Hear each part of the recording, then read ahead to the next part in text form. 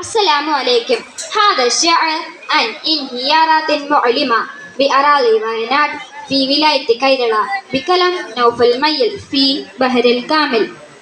متفاعل متفاعل متفاعل متفاعل متفاعل متفاعل مطر غزير في مناطق كيرلا أحزاننا عن أهلها المقتلعين دفن الورى بسرى وكانوا ناعمين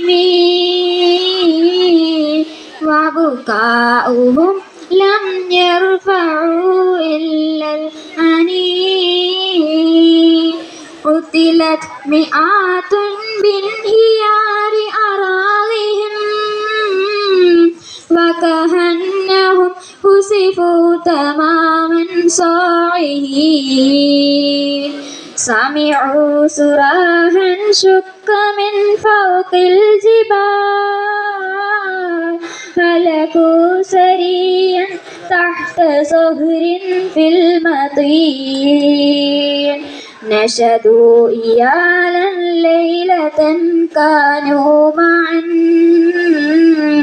لكنهم ظلوا صباحا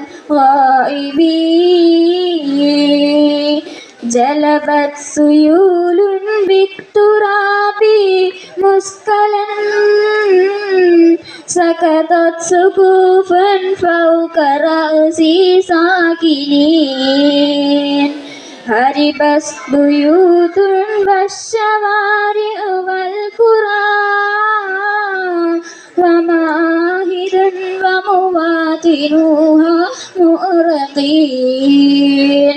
قطعت أياد مزقوا أجسامهم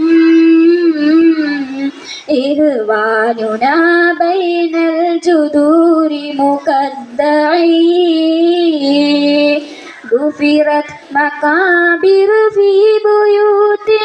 دمرت دفنوا بدار بالكلاء مبتلين بتعاون الأخيار في بلد الجميل هلعوا سريعا من أماكن صالمين صعبت نشاطات النجاة مشقة إنقاذهم بفداء نفس